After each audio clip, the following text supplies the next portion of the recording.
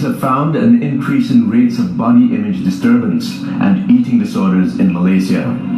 Common eating disorders include anorexia nervosa, bulimia nervosa, and binge eating disorder.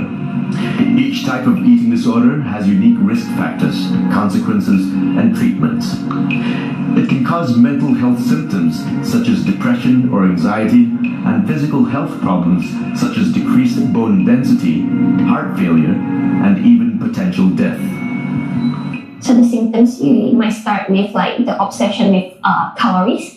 You might start from there, and then slowly they stop eating, and then they are obsessed with the body weight. They constantly go on the weighing scale. They start to weigh themselves once in a while, every 5 minutes, every 10 minutes, every 1 hour, every 2 hours, and then they record their food intake, they record their body weight, and then they compare themselves to other people or like social media, images from social media. Alright, the first thing is you have to check on whether or not you're healthy, how your body feels, right? And then look at the weight. Are you losing too much weight or are you gaining too much weight? Is there any other medical concerns or medical issues? Then after that, you might want to look into your habits. Do you have any obsessive habits, or like, do you have the compulsion? So compulsion is a type of behavior where you kind of have the I have to mindset. For example, I have to be thin, or I have to be 45 kg, or I have to be 40 kg. So that's what we say compulsion. So obsession is you're obsessed with the food intake. You're obsessed with your body size. You're obsessed with the body weight. I have to be 45 kg or what. So these are the things that you might have to like look into yourself first before you look for help, and then you wonder if you have eating disorder. So these are the key symptoms that you have to realize or maybe observe among yourself first.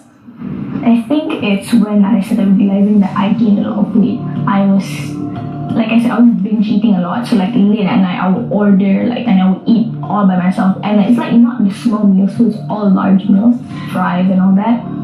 And I just realized suddenly I was eating, and then I was like, I feel like throwing up because I just looked at myself in the mirror. I was like, what have I become? Like, why am I like this? Like, so many junk food. So then like I started having that guilt again, and I ran to the bathroom and I threw up. Felt so guilty, and I just stopped that all of a sudden. I started eating better. I started getting better, but then even that better wasn't good enough, so I just stopped myself and I refused to eat anything. But then, like I said, I flagged it off as I'm being picky, but I don't think it's the case. You know those things where in social media you tend to self-diagnose about this mental illness? Yeah, that's not a thing I want to do. Like, I don't want to say, oh, I have this just because I saw on social media. I'm not gonna say I have it, but I do know that I struggle with food. The thing is, I don't open up a lot about this type of situations with my family. It's not because I don't want to. I just can't find myself to do so because I feel like, oh, I have better things to do than opening up like that. So, but then if I do talk about it, I talk it out with my friends a lot, and then they just tell me, and they take care of me. They always make sure I eat. Text me, oh, have you eaten, blah blah blah blah. And then I do feel bad that I didn't tell my family about it, but it's just, I don't think it's something I want them to know as of right now. Yeah. So you might want to try to encourage yourself to eat more and tell yourself that it's okay for you to eat for health purpose, physical health. So you want to listen to your body. Am I feeling hungry right now, or am I trying to force myself to tell myself that I'm not hungry? So the first step is always to listen to your own body first. And after that, you might want to practice a healthy eating habit. So healthy eating habits is maybe you might want to have a meal plan, and then make your meal interesting. For breakfast, I want to eat something like this. It's nutritious, for example, eggs. And then for lunch, some people they are afraid of carbohydrates, and that's okay. So if you don't want to have too much carbs, then you might want to have more protein instead. So that's how you plan your meal plan for breakfast, for lunch, for dinner.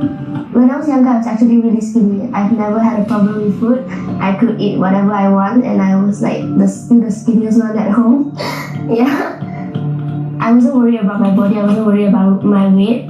So food wasn't actually a problem for me. I could finish one whole regular pizza by myself, plus chicken and nuggets. I could finish everything by myself. And during MCO, I didn't do any exercises and I kept eating, sleeping.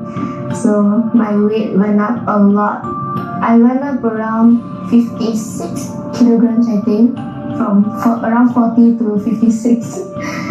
Yeah, after that, I got really insecure about my body. I hated how I looked. I was so insecure, I was so guilty, and then I wanted to lose some weight.